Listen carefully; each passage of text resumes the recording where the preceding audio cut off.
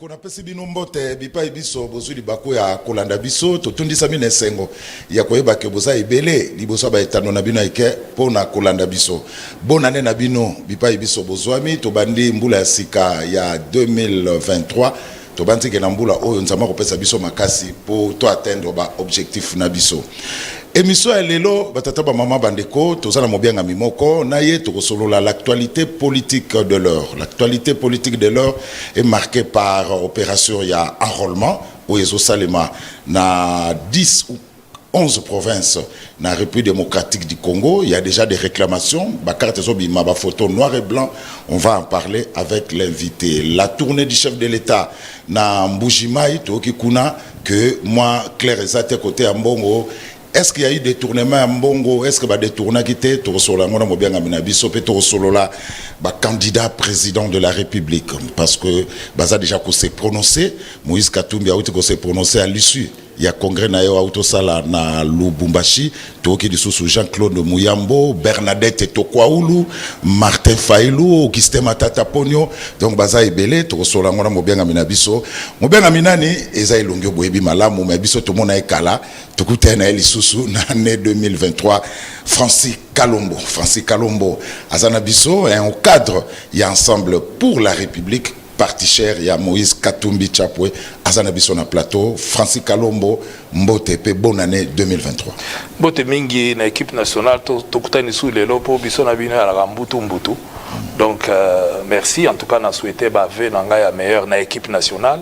Et puis, na peuple congolais, Nyonso, na Pona Congo comme Mboka na Bango. Toujours espérer que l'année 2023 et que les Kabiso na Kimia, Pambateza année électorale, souvent il y a la Nungu, mais toujours Tchango na Kamaboka Nzambe, Nzambe da Sunga, malgré la prophétie Mingue, les gars qui va année passée et mon Anikezalaki à Lokuta, mais toujours espérer que la volonté à peuple congolais, na au peuple alingi, Toko Kende Liboso, mais quand cela ne tienne, ndenge na Sengaki, na bino na lingaki e bandeli ya ba émission nyonso na bandoleka soki possibilité ali batia la biso nzemba Kofi Olomide mopao bokonzi oyo ayembeli IGF na kanisi eza mateya mingi pona ba congolais nyonso mais peut-être soki bakala ki ngote na régie balasima boluka ka moyen na ba émission nyonso to sengi peuple congolais nyonso tongo midi poko avant kolamuka achaka nzembo na yoka mais na yoki pe ngia mawera son le roi de la forêt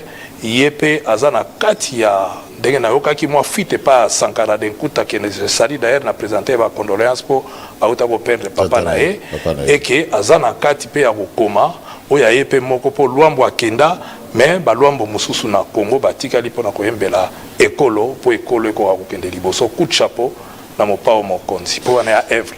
Voilà, année 2023, année électorale, d'après le calendrier électoral publié par Denis Kadima le 20 décembre 2023, Tokenopona, président de la République, Toropona, député provincial Nabiso, Toropona Pena, député national Nabiso. Alors, Tozawana, et ça pour la première fois, Tourutana Bino, équipe nationale, Tozana Mama Sylvie Bongo, Azana Biso, Awa, Nagata Plateau, Mama Sylvie Bongo, bonne année. Bonne année Ndeko Zulu, bonne année na honorable Francis Kalombo. Ils ont toujours resté au Kokutana et puis bonne année na Ndeko Nangai Flavien Roussaki, Ndeko Flavien. Voilà, Ndeko Flavien Pazana Bissoa, Ndeko Flavien, bonne année. Bonne année Ndeko Jules, bonne année na honorable Francis Kalombo, bonne année na milliers de Congolais au Bananda Bisso à travers le monde. Voilà, alors, tout banda émission ma faute na sujet hein. Francis Kalombo. Comment se porte Bandal? En tout cas, Bandal les autres se portaient ma makasi.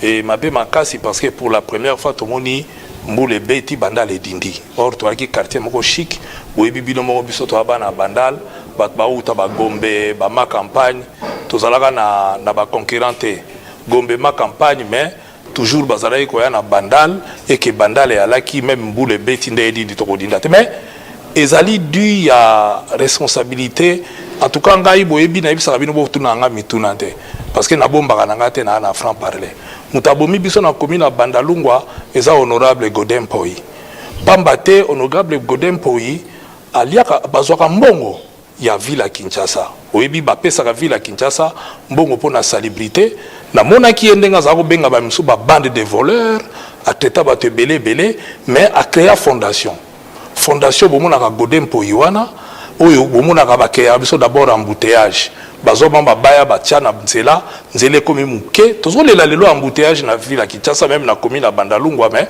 conséquence nango ye bakotia libaya ekangi nzela ekondi bakokomba mais bo mituna nga na filma na ba video ba mamo bazokomba wana matiti ekoyaka na terrasse nyonso ekoyaka kaka wana parce que goda sombi camion te oyo elongolaka ba mabele wana ekende kobwaka ngo musika batiaka kaka pembeni bazongi mais il y a un conflit d'intérêt. Comment se fait-il le président de l'Assemblée provinciale de la ville de Kinshasa peut créer une fondation où ville les opesango pe mbongo pour occuper salubrité. Maintenant salubrité le simbité qui est responsable parce qu'il y a aux mbongo. Fondation en ezo mbongo et mbongo wana pour la salubrité, il y a commune Mobimba mais commune eza talandenge mfilu na mfilu ndenge ba salité tondi na ndenge passe commis donc la responsabilité est que Kombenaye qui est d'abord le numéro 1 de la ville qui est un élu aussi de cette commune mais au résultat nango tomoni yango te mais ba poche kaka ya batu ba mbongo wana photo tuna esa administration achaka ngo wapi esala ka pe nini po o tomona ka wana ya ba poudre ya so poudrage ba pakola biso mateka ke bazo komba mais et ça limite on est kenda ka wapi. Voilà, alors il faut rappeler à téléspectateurs que tous en a 1 heure du temps pamba maman Sylvie Bongo fungola masolo. Ngana terminer na mambo bandal parce que tu vendia wa au-delà que tu za ba congolais tu za bana bandal donc kama bandal tu bete la mo c'était pour ezali kama mabeli. Est-ce que na ba taxe oyo ba bourgmestre bazwa ezopekisa bango pona ko sala quand même salubrité. Non, là tu sais moi na mboka Godin Poi chapeau monene ndengwa ke sui bandalungu ya salité ya likona. Bourgmestre ana senae il y a une responsabilité à créer fondation Godin Poi na kombo na ye. Est-ce que oui. On a rendu bien. Donc bon il fallait y avoir na commune pour ba sokola na bandalungu ya wana ba pesa honorable Godin. Bon siko azoka mbongo wana na fondation na ye na titre nini? Parce que tout le monde fondation, tout le monde ba mama ba kombaka. To yebi pe que l'hôtel de ville mbongo bimaka ils ont financé ezaka na commune na bandalte soko talibia yango moni photo ça la réforme na mboka na biso ba gouverneurs sont pris en otage sur toute l'étendue de la République c'est comme ça que mon a ba motion et le col so gouverneur azo pesate bazo tia bango ba mission azara un peu émancipé ndengwana okanisi que ils se sont obligés que rappeler ça président assemblée na lobby na yo ke ba na ke na Congo mobimba la majorité des gouverneurs sont pris en otage dans l'Assemblée. Il y a une motion, il y a une ce qui est sali bongoté, province est tambolate et moyen est donc ça fait pitié. Il faut tout ça la réforme et empêcher. Et nous, on a des propositions. Il y a réforme, il y a des institutions pour empêcher ce genre de choses. Sinon, bambo est tambolate. Mais lié en tant que numéro 1 à ville à Kinshasa, biso bandalungu il fallait tout CP là. Pambate le président de l'Assemblée provinciale Azam Moko ya élu ya commune à Bandal. En dehors de la responsabilité à Kinshasa Mobimba, a la responsabilité na commune où yé azali élu. Mais asali nini banda komaki nini na avantage ya biso bana Bandal. Ngana laki élu ya Funa 2 fois élu. Mais lelo bomona banzele salama ba kimbondo bani parce que na telemela ka mabele. Elle kama mabele a sali 0. Au contraire, bazo so ba moyen. Fondation na ye, ngana na ba vidéo na filma. Fondation na ye, tant bazo komba, to boyite ba to komba balabala ben. Bozo so ngsa ona ba terrasse, tala lo ba terrasse boucha. Et boucha pambate entre autres, en dehors abilo mususu entre autres, eza phénomène wano bazo komba bazo boa ona kata ba terrasse, mais sikoyo réalité ça dit tant moule ye. Tous les terrasses wana boucher moyen kende mais lui puisqu'ils ont pris la responsabilité il y a pour traiter salubrité ce qu'on que simbité to bana na est-ce que responsabilité zali Argentine ngobilate à travers société à Thiago wana pona ko curer ko lokotaka ba salité et ko sala musana na ngote mais moi ici je m'en prends à mon élu hein. Je m'en prends à mon élu élu qui est responsable mais parce qu'il y a un responsable il aime ta contrôler gouverneur il aime ta contrôler. Il a la responsabilité de contrôler. Lorsqu'il ne le fait pas, ou c'est quoi? Il est complice. Parce que où il le fait, il a en dehors, il y a la responsable chef Argentini. Vous savez que il y a un compte Argentini. C'est lui le numéro 1 de la ville. C'est lui le chef. c'est lui aussi qui contrôle l'exécutif sur Salamabe, et entre autres, c'est lui aussi qui est... Bon, à ce titre, en tant que responsable de l'Assemblée provinciale. Oui, mais à l'Assemblée provinciale. Eli Obiso Bala Bandalunga to Cheli Mutemake, le gars to Zuye Yem Tarobo, parce qu'Aza Eli a commis na Bandal. Et en dehors de voilà, Eli a commis, oui, en dehors de voilà, Eli a commis na Bandal, Azo Sala Sali sous fondation, Godem Poi.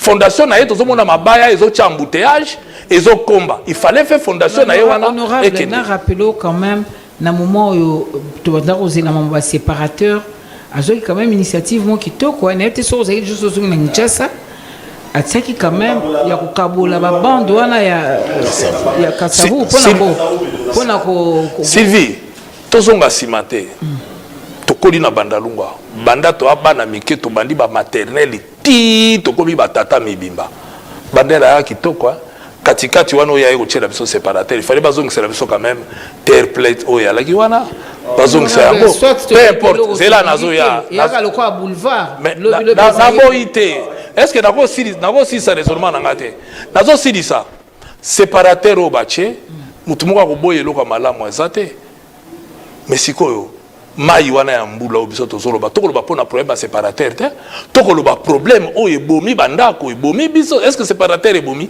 au contraire eyekotya nzela ekei eza wapi na kati parce que nga namonaka nazongaka na ndako mokomosu ba minuit une heure bamama nde bakombolaka nga esalanga meme mawa bamama wana ebonga bazala na traitement mosusu voilà maintenant mtatie bango minuit une heure bakombola nzela odam tatie bango kitamo magasin Bandalungwa bon lokolo monaka bango moni liboso na bango batiaka nini fondation na bayo ya publicité wana campagne avant campagne d'ailleurs na botamba c'est ça ka osali oui campagne avant campagne fondation namona nde bato baosamisa mama Sylvie po ya motu eza nde koyeba bato baosamisa te mais omonaka batia na nzela nzela ekonda po soko ozoya oleka na bandu boye te nzela ekondi bakondisi nzela mpo nini botanga Godempo honorable toyebike ekondi po bonda bitumba na ebele na bandeko zulu na soki bazalaki kosala campagne te bele bacheli baya ya pamba bacheli ya sécurité attention Bandalungwa ni akana kiti moko ezaka na mutu moko mutu akovanda ndeko Sylvie nangi na répondre yo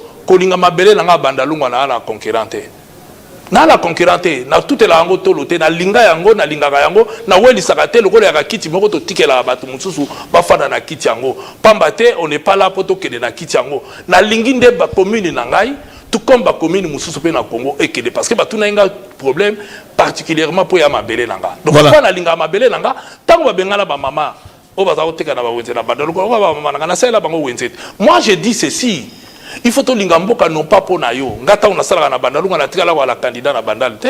Merci honorable tout évolué to kenena deuxième sujet na biso c'est l'enrôlement mais avant tout un enrôlement bowiti congrès ensemble pour la République en quelques lignes Moïse candidat président de la République na compte à partir d'Abino quelles sont les raisons qui ont poussé Moïse Yakoulbake à ce Tchaliba en 2023? Non, les raisons sont simples parce que Moïse, vous voyez que en 2016, il a été candidat, il a empêché qu'il y ait une élection en 2018 pour la candidat parce que Moïse a un porteur, il y a un projet, il a une vision pour Namboka, à Monique, à transformer Mboka, puisque il a une expertise, il a une expérience dans sa gestion pour gérer la chose publique. Voilà pourquoi nous, les congressistes, nous sommes membres de parti, tout le monde a dit que le Kolazana porteur yeloko wana lokola lingi mboka mingi akoyi ko changer mboka oyo eh ben nous avons pensé to soutenir yé na projet na programme azana ngo to accompagner de manière à ce que mboka ko changer pambate mboka za kokufa. Moïse est plus qu'un homme d'affaires qu'un politicien. Pourquoi il a osé? Mais c'est comme si vous demandez na ba musubutu balaki ba chômeur ba sale lokoté pourquoi ba oser. C'est comme si vous demandez dans mutu mususu alaki pe ministre pourquoi oser. Quelqu'un qui a des ambitions.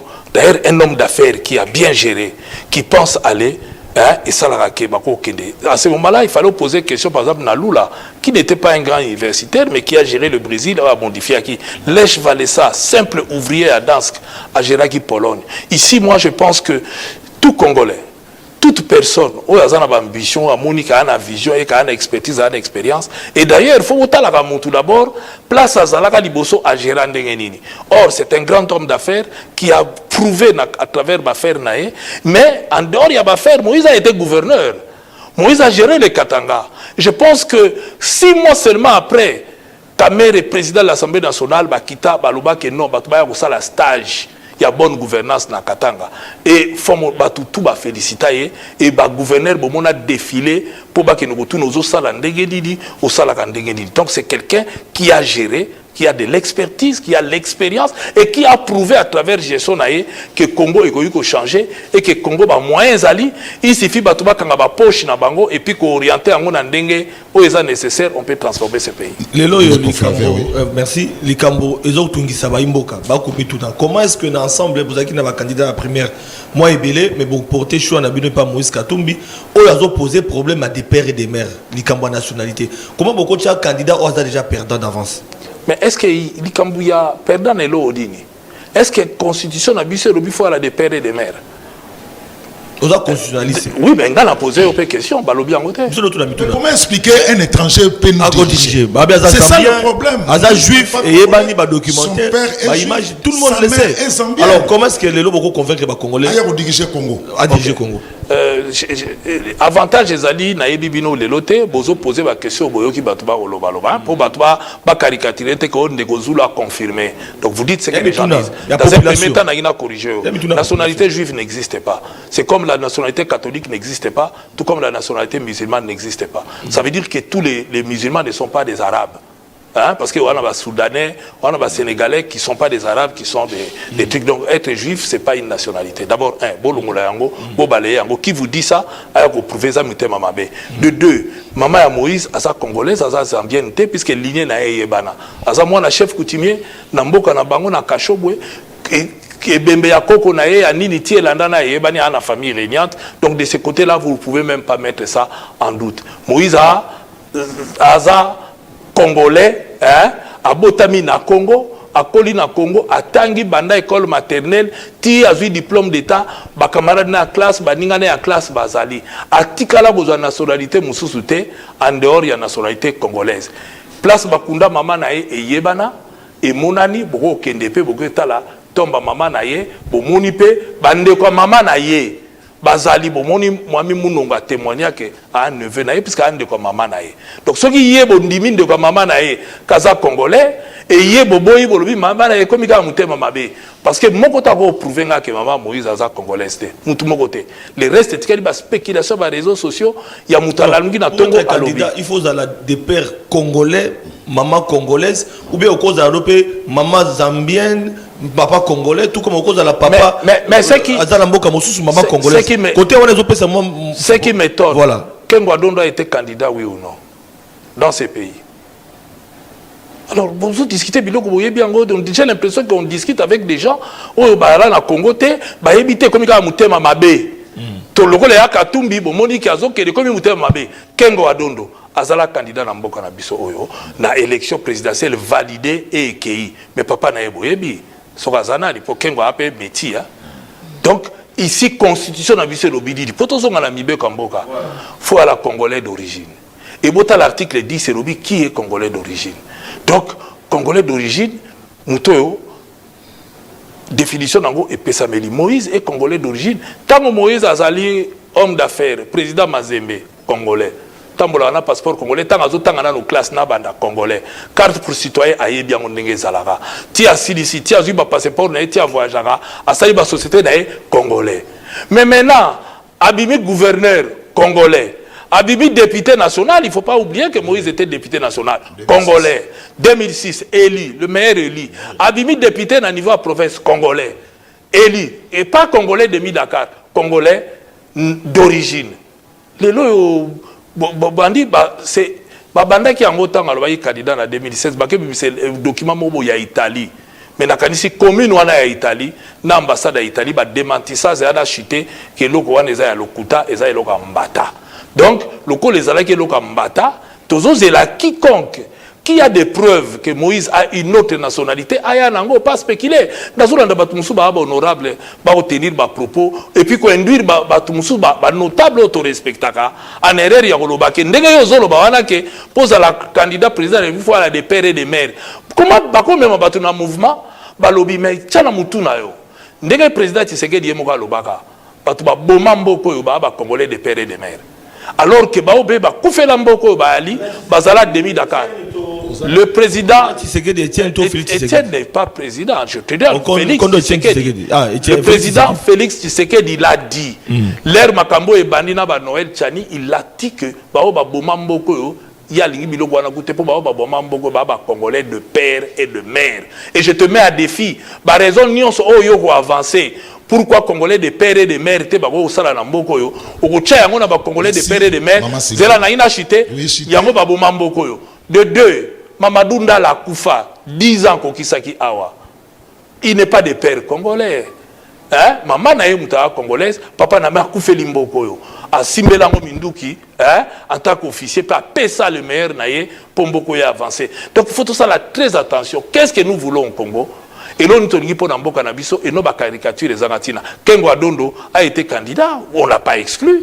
Il y a une jurisprudence, il y a tout ça. Il n'était pas de père et de mère. Maman Sylvie, tu évolues. Honorable Francis, bon, parce que le fait que Aza détenteur de un passeport congolais ou le chef de l'État n'a pas asenga ki ba pesa ina habité so na bilemanya nyonso te wana benangina lobaboye Moïse alaki congolais na passeport na ye au moment ya ko renouveler na ina sidisa habitant on lobi ba pesa qui est nationalité italienne et que commune wana est reconnaissant yango te mais to ebi que en faveur ba pesa été ba lobaki kazali ba binisi na ba journaux ya lokuta oui à la faveur il y a kozonga wa pona bokende ko sala alliance oyo et sala qui union sacrée.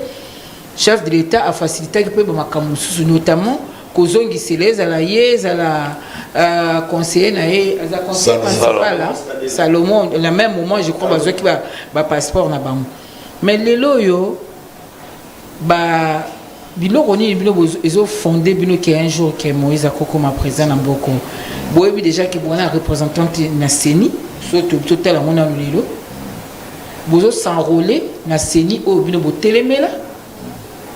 Tant que bozo tinda Moïse ou abanda ko perdre bon dépôt Biman exil bozo tinda e kaka est-ce que ça te que le ba Corbia bozo que nous accompagner sous un cimetière parce que probabilité il y a ko perdre na ko gagner bon mesure en deni. Merci Chadar alaki na CENI alaki na cour constitutionnelle Kabila alaki na ngonion sowana na armée yemoko suka na mbila ya général faut bobo sana mais Chadar alalawa KO debout l'échec. Hein?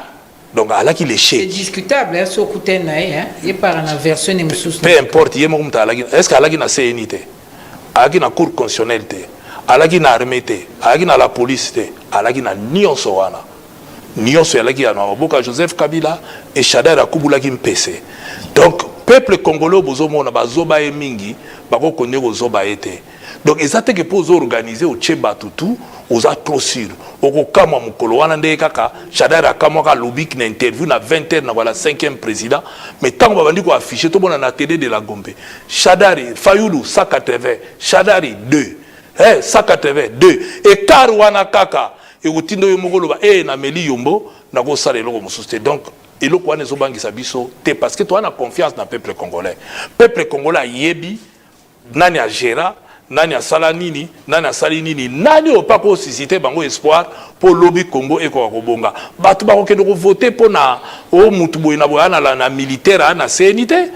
Bako voter pour bako ngaba défendre ba voix na bango. Et moi j'ai confiance que Moïse Katumbi c'est le meilleur candidat que nous avons et j'ai confiance que Moïse, si tu as une élection, il va gagner les élections. Même pour le président Félix Akomeska, il fallait des alliances dans l'UNC. Mais les principaux soutiens parce qu'ensemble, il y a un mot comme ça. Jamais Moïse Katumbi président de la République. J'ai l'impression que d'ailleurs, naebi kozo tuna o batu bazo tuna. Pamba te yo une expérience ou un journaliste munene na mboko zo maîtriser histoire politique en mboka na biso. Balliance yo ndima yimende lelo akoko matala kwa fachi. Na o nyoso lobaki. Donc les exemples na kopesa yo. Donc elingo lobake et oui, elingo lobake. Menda kominani. Atalaku.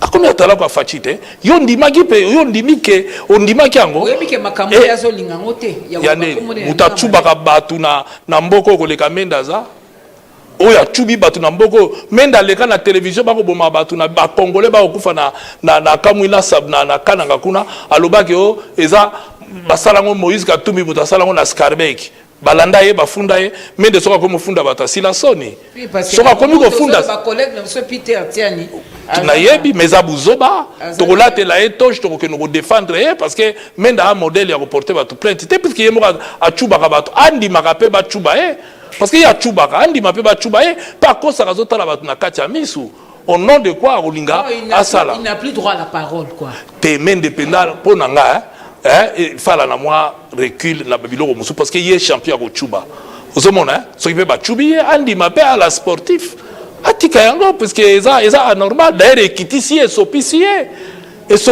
po ya bimaka ya fatika la mutala mutamakasi babeti eleki mais lelo et sopisie la kisi que il est pas ça humain ton dégédiri non moi je pense personnellement les restes eza ba biloko eza ngatina voilà on doit évoluer alors pour aussi de sa chapitre ya Moïse Katumbi a quitté Kabila na une année à élection. Il n'y aura pas de troisième penalty, tout ça. Il a quitté Soussoufati na une année à élection. Moïse n'est pas constant. La rue Balobi que Moïse c'est un traître. Merci. Il faut une partie à Batu Balobi, surtout Batu il y a UDPS. Mais quand il y a eu Logomoko, Moïse Katumbi n'a pas quitté Kakalamuki Boyenasuka. Moïse a quitté Union Sacrée avant une année d'élection, mais il a quitté. Tu oublies que ton comité Nasuka, nous sommes ton côté une année électorale 2023. Calendrier Bimi. Il faut qu'il y ait une élection. Batu va se prononcer.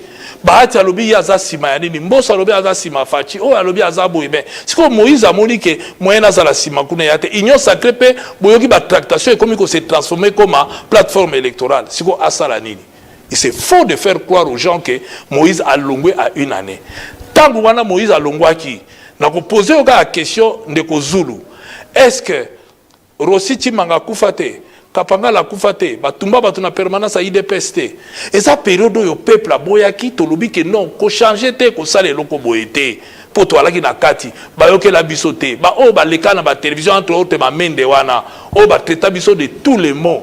Lelo nazo kamwa ke, ba komi ko senga, o biso to senga ka bango na ero wana ba yoke la bisote. Dieu merci, opposition était bango, ba moni que to alaki na raison maintenant, etikali éthique ba misusu de na moni shadari comme senga o biso to senga kaye alero wana baboyaka ba comme senga nous disons bravo moi je les encourage le bon sens mutino sera revenir na bon sens faut qu'on encourager ye pambate to ana besoin Congo sala nini et que de liboso nous les encourageons au moins ils ont compris que dorénavant ceux qui nzamba pesi bango sous bokodi ba ko yeba que faut ba tcha vraie démocratie faut pas ça les gars les lois na regrettera baninga na biso ya IDPS parce que on prend les mêmes on recommence on continue avec l'ancien système alors que ba on peut ba zoka qui l'ancien système va changer parce que ba comprendre que faut mboke changer ba on ba tika na ba méthode archaïque oyo to décrire qui à l'époque to boyaka go pass batiki yango to boyaka détournement ezongi mutuna biso alingeti que je salue d'ailleurs qui fait un travail formidable azo risquer na suka ya mandat awabi maluzolo bambi bis c'est-à-dire muto agangaka asala ke loko te pamba te bon mon abino moko bolali na télévision ba kangaki moko kuto ba tchaki na cabinet chef de l'état anti-fraude ba filmer yé kutu na ndenge ba ke kozambongo na banque ba kangi azawa pelelo azonga poto kamoko boy so ba kangi mutu fo batika akende bolali bino moko Willy Bakonga lobi yé na etebi chef de l'état bimisi bango ponini ba ko kanga bango te facile bé et comme il a son lobby bé aux libre est-ce que vraiment mais dans un état de droit c'est là IGF a dénoncé a bimisi rapport après oui, mais yamona lobby bravo na ye mais yamona lobby na OK non alingeti osa musala mais na lobby bravo na lingeti pas salaki musala bravo na justice pour justice salaki musala maintenant na bimisi on a prison la présidence parce que yemoka lobby yango président de la République bien moka lobby yango que président de la République a gracié biso donc babimisi bango na président alors que ba la condamné et ils ont ça la scandale lisusu plus grave ce n'est pas que je suis contre mon ami que je salue d'ailleurs Willy Bakonga puisque lui n'a fait que bénéficier oyo ye azalaki nango na besoin il n'a fait que bénéficier et loko wana mais oyo apesi bénéfice imagine les opesa na mboka c'est que yiba na na mboko yo zela na chité yiba na mboko yo okobima na yo parce que bazo encourager que fait mutunabiso Guy Matondo na prison makala lelo alors Guy Matondo azo sala nini parce que ba misusu bazo bima donc soko zakaka na FCC au place mususu okokufa kuna okofanda mais soko za na kamoko bolobi na kobeta boyeba bibi parce que au témoignage na landi ya Willy Bakonga etchaki nga malili na nzoto nga la kanisaki ndenge ministre ya justice alobaka à l'époque que ordonnance wana grâce on a à Lokuta jusque là je n'ai c'est à Lokuta mais namoni même l'article 110 de la constitution pour toi oui? Ministre de la justice kobima ete ni alanda na réseaux sociaux oui il y a una solo bate mais les autres aloba na réseaux sociaux kobima ya Willy Bakonga aloba ndenge moko ke ya ordonnance ya Lokuta mais lelo Willy Bakonga leki ye moko alobi ke président mutalibera bango bibale voilà mais est-ce que bana wala pe aba betele pour baza ba kopcha bango voter pour ba yebi ke ba coller bango déjà étiquette wala ya mabe maintenant dis-moi est-ce qu'il y a un problème, il y a IGF, il y a Ligeti? Non, nous disons bravo. Est-ce qu'il y a un problème, il y a justice? Non, d'ailleurs, ça décourage la justice. Mais comment c'est là? Oui. Le problème aussi, c'est là que par exemple, IGF a s'est prononcé dans mon baram, a s'est prononcé qui était Oulandu et qui n'a Boujimai. Maman, na zone ngana située par rapport au dossier Waram, et zo naza na mouvement ba idée non sauté. Maman a lobby que mbongo boba ke ba iba ki na ram soi-disant mais 42 millions et ya kiawa. Pour l'université, dans la lelo résultat. Il y a quelque part ceux qui IGF a télémé là qui déjà Macambouana. Tant surtout comme le Macambo, tu dis bon il y a mis deux fois. Congola Leli qui va y bien bongo et comme personne bon on laisse la taille université, bana ba de tanga il y a mis des sous. Qui doit-on blâmer nakao? Mais bon tu comme on a tes responsabilités à niveau nini. Bon ce mon a bien nos responsabilités tant que ba sanctionner. Parce que la moment IGF a se prononcer. Mais Nazoya. IGF a se prononcé, mais il faut que des sous musica. Il faut que des musica. Il faut que des sous musica. Ministre, Madame Kibasa lobi 42 millions. Balé, balobi bagotonga wana. Ministre du sous ya Moindo Nzangi. Moindo lobi te. Eza 17 millions. Nde eloko wana ko coûter 17 millions. Landa nga bien, landa raisonnement nanga. Ministre Bakisi Kolobake pour Vareza, bakozong sa image à ministre, ya télévision sur radio té. Ministre Bakisi Alobi, ezambongo ya ramte. Donc nous on a besoin de ram photo qu'on nous réclamer. Comme beta la mutu. C'est là toke malembe. Ministre Alobi, mais balobaki na parlement que za biloga présidence. Ministre Alobi di Susuke, Alobi bien, l'état vous tapé ça à 18% pamba. C'est-à-dire que 42 millions qui bassent à l'obéli, ils sont faisant à la télévision a expliqué 42 millions à l'obéli à jouer chiffre. On a vu parce que combien de temps la boité? Est-ce que c'est Madame qui basse Isabelle qui doit parler pour nous le Mamboara Moana? To les ministres répètent on a situé responsabilité dans le dossier. Madame Kibasa Tshisekedi est passée pour nous la télévision. Bino pe ba pandisa ngo lukaye botunaye ministre kuna lobi yo kosi ba peuple congolais oyo cha zizani ba fandaki na bango calme o lobi na bango ke 42 millions et koti awa siko ministre lobi te awa l'état bibisaka à 18% ya 17 millions ya pamba mutu ebima o to pesa entreprise wana et puis bota la bien ba frappe ya na mboko yo na ebisi bino zela la de mama Sylvie frappe za to ebite to mboka ngondeni oyebi que société ba pesi marché wana et salami nonga na 2021 sans expertise sans rien on dirait to na ba société awate o eumela ba pesa bango marché de gré à gré il y a absolument plus de 100 millions de dollars pour ba créer biloko wana pourquoi ko fanda te pourquoi ko sala mfilu te bazana bazwaki wana université ya Beni kaka wana esila kutu te bosiko ya mbandaka ba kotonga na mboka na mbongo ni po kutu mbongo ekete ya mbandaka yoka ba yo baksela so su mbandaka tozana Congo central tokipe Gibandu kuna pe Jean-Claude Vumba babi dossier à 540 000 dollars au ba pesi na société mo Afritech et ça la kaka baka niveau ba nini mbongo yo mona na te wana bana Congo central baleli gouverneur a loisir kanda kuna na 10 000 dollars le mois pendant kazana résidence officielle babi ba gouverneur rebellé bazo sala yango ndengo wana Charo automobile après ça bango ba lora 30 000 dollars Gibandu avec ça caisse d'état alors et comment cop il y a ça sikoyo la province c'est comme cop bravo na Moïse Katumbi kuna bravo na Moïse Katumbi Moïse alosa ba Charo automobile Moïse Katumbi tango aza na parlement parce que ngam tuna lagi na procuration nazo zo mbongo ya Moïse Katumbi ya kuna matata Il n'a jamais touché un seul rond à l'État aller. On est à Parlement chaque vendredi. Nous avons une permanence dans la bandale. Tant que Moïse Azana, puisqu'après on a continué qui action on a oyanga moko. Donc une partie à Mbongoana, ils ont sunga, tout bazaro yana ba difficulté. Tant que comme gouverneur, salaire na union en tant que gouverneur, Moïse Katumbi azala ko élevé na compte ya ba handicapé. Na ba avec oui, vérifier ba ça ba témoignage. Ba avec na ba handicapé, na frais de mission, na paiement en tant que gouverneur, il n'a rien touché. Moïse a fanda na ndaku ya officialité. A fanda cheye, bravo na ye pour qu'à louer ça yangote. A tambola na mutu ka officialité, a tambola na charwa na ye, o ya ye moko pe a voyager jamais.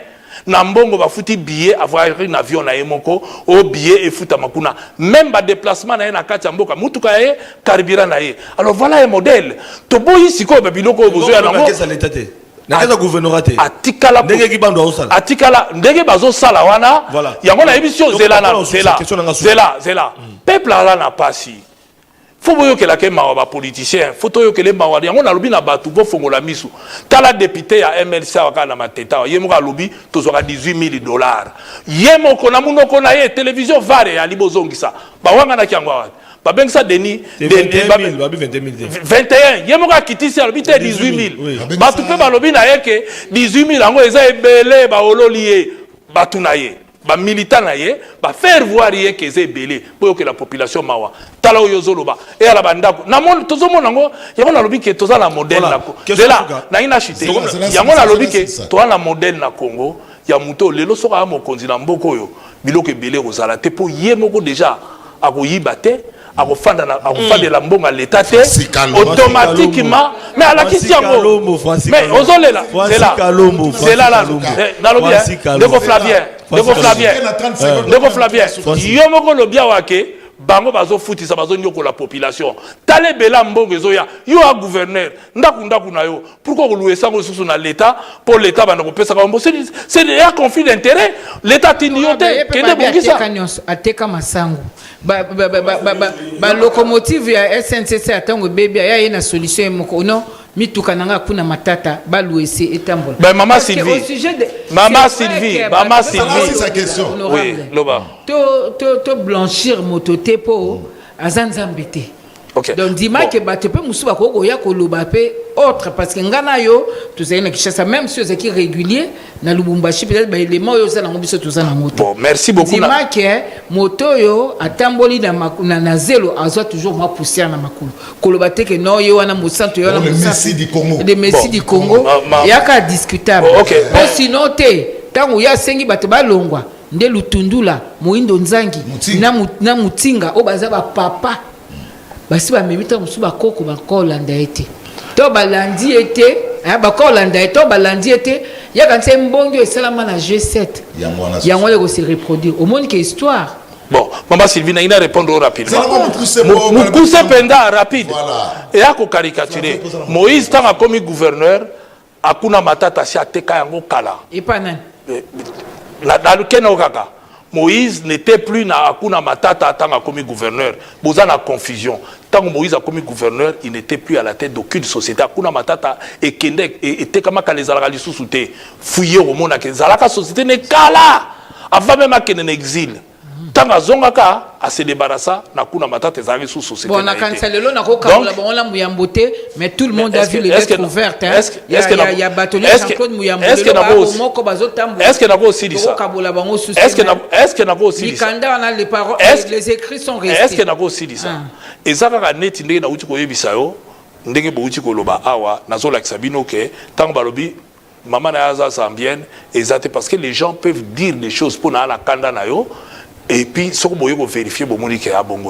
Vous vérifiez qu'il y a comment même dans les journaux Moïse Aza italien, tant que vous vérifiez, vous pouvez vérifier. Dès que vous avez vérifié, la société n'a pas. D'ailleurs, il faut mettre les bravos, un Congolais, à la société, où ils ont un camion, ils ont un zongaka. Mais tant que comme gouverneur, à la business, Mogoli Soussou. Les lois, on a coupé cette vérité. Tant que Moïse a comme gouverneur, vous avez un salle. Mukolo Moïse a okita na avion nazala tozala na ngana ye ba voter gouverneur to sali campagne à Bimi tant to zongi biso to lukaka ba marché ndega SP à la rat Abi nini bokozelo côté tozwa machata au komba balabala ote lelo asekaka biso abi bomoni so ina pesa bino belelo bino tubo na prison mutu alinga gérer mboka ko gérer mboka na ba piriote bande ko na oboye na boye te pamba te soko tchemba on a ba poste ba faire ya ba responsabilité les muso tu aura du mal ya ko sanctionner bango et ko simba te donc ba pire nani baza na prison parce que fongo le parenthèse ba pire nani moko te ba ko tchaba nini ba tchaba te yango la preuve na l'action que moko ayaka awa zela moko ayaka awa batie pour antifraude ye moko bazuye na caméra akoti makala akenda moko ayaka awa ke na miba ba papi soki combien bakangi ye akei wili bakonga ayebisi bino awa be abetina na danse be awa soko lingo malo la prison betaka be. Merci Francis Kalombo. Dans l'entretemps zela dans l'entretemps na ina silisa dans l'entretemps bazo favoriser président de la République parce que nous soit des commis surcharge na ba bika zo protéger miyibi et que yo ke ngolo ba ke ba tangala nga pona boy ba misaka na mokonzi deux ba vient ngo tangi zela ba vient na bato nyonso akabwana a changer gouvernement de fond en comble à sala nini parce que là c'est l'année électorale et ça nyonso ane ko kotaka na moya lelo mandé Cécilie ba yembi mandé Cécilie na ko pesa sous conseil nini et si l'équipe mandé Cécilie siko to komina mandé Cécilie tango zo bananga ba vie basi ba lembite o chance loko pamba ya suka atika question moko ya enrôlement ya suka vraiment ya enrôlement à quand tokomona en fait si tu éviter mon colonie Moïse Katumbi OK se faire enrôler ba PC carte parce que les cambas double nationalité ils ont nga nango ka beto c'est la penza qui na seni de père et de mère to c'est la qui na seni azu penza carte d'électeur et puis mon colonie Francis Kalomba ko Deko Zulu oza journaliste munene ne répète jamais o ekomami na mibe côté nulle part na mibe ko na biso ba père et de mère to ngayo déranger ngate nabo seka te ngala koloba bassesse ya mutu oya ko la responsable azo répéter eloko ya yebi keza na mibe côté aucune disposition malembe aucune disposition na mboka na biso ezoloba likambo ya des pères et des mères donc ça ne sert à rien parce que bino ba parti sango so besoin induire sous population erreur ya neti lelo zela neti lelo zo mona journaliste mo ka apologie à ba rwandais alors que Rwanda a agressé Mboka na biso est-ce que on retrouvait normal alors que na minito fo biso to balula manduki total que Rwanda ko yuko saka na biso te yoye o bana ko sala apologie na donc nani mais moi c'est tiana leka na télévision loba ya nationalité mais na lobi na ngai ndenge na fandi boye tara somo pona ko créer ba biloko mais na lobi ndenge na fanda boye na tikala ko kende ko kutana na mwasi ya Noël Tchani te na muna epete mais maintenant tout na est-ce que contenu na yé ezalaki ya vrai to ya lokuta ko lobate ke okinga na memiye siko zo justifier que kinga na memiye makamba lobaki ngai so ina lingina mene banquette sur Tchani et ça simple na ko keneka ko tuna est-ce que na bezo Schengen ba yebiye asi azwa visa Schengen so ika Schengen ba lobiki na azwa visa Schengen te c'est-à-dire makambo moi sina lobeza solo parce que akenda ka Bruxelles akenda ka pota bimakawa ngala mona atoke na DGMA au mona ba sorti na ye na passeport congolais au mona ba entrer na ye mais au mona visa Schengen te kuna la kisaka nini eloka nzoto donc c'est pour vous dire que na ko kende musika te puisque ngai te mutu na enrôlement to comme la suka ngai te mutu na ko kota na biloko wana ya CC ce que nous déplorons c'est que vous avez des grands responsables qui induisent la politisation en erreur donc na ina lo bana batuke awa loi mogote lobi congolais Moïse Katumbi enrôlement na bandi côté kuna te les enrôlement ko banda kuna il va aller s'enrôler parce qu'il est kaka nega s'enrôlaka na 2006 ndega baboyelaka e na 2018 kaka nega s'enrôlaka na 2011 ndegi pa okendi ko s'enrôler puisque eza droit na ye et a devoir na ye pe akoza la candidat pas za candidat na moni loko baboyela candidature na ye Francis Kalombo bazo sa aussi na réalisation de monsieur Sili on a volo ba pono asuka rendez-vous le 20 décembre 2023. L'Assemblée pour la République. Et ça bien, Moïse Katumbi, Fachi Beton. Non, mais moi. Et c'est pour la Real de Madrid dans Barcelone. Non, match est la goutte de Guanate. Pambate, candidat Moussoupe Bali, Ope Babou. Chadari a kanisa kia kwa la deuxième. Na autre épisode de la Nagi dans ces. Donc, Kambo enrôlement et Taliban. Mais Nalobi, hein. Bah, aussi reconnaître la CENI OT. Mais il est tout à fait normal. Balobake, ba considérer bango te mais habilitant na bango na bango mo bake reçoit ba carte. Donc ba s'enrôler. Mais là nanga bien, mais vous allez erreur. Bake de reçoit pour battre pouvoir devant les faits accomplis. C'est un conseil que je donne. Tu sais que c'est le quoi histoire il y a 2005 hein, oh IDPS a boyaki mais ba militant IDPS ba kenega ko ba carte. Donc ndenge moko pe histoire yango ezali bango ata ba boyi ba yebiki ba militant na bango ba kenega ko parce que ba militant na bango ba déterminer ya pouvoir oyo elongwa. Pourquoi ba déterminer même bango ba lobi na bango ba kenega pour ba voter contre pouvoir en place. Donc ko ya la ke opposition o ba candidat ba ebele. Est-ce qu'on peut envisager coalition ou entre ensemble na PPRD, la FCC. Mais dans le bien, bateau basala les loyaux, union sacrée, ils ont une majorité bata PPRD, il y a FCC.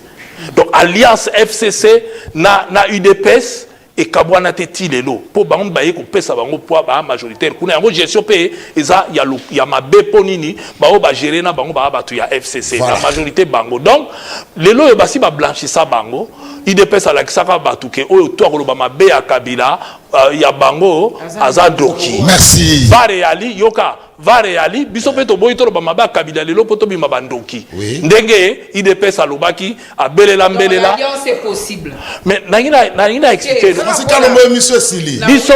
Biso pour l'instant. Oui. To chaki en place na congrès na biso commission mobimba oyo ko traiter makambu ya ba alliance na bato ba koya pour ça na alliance.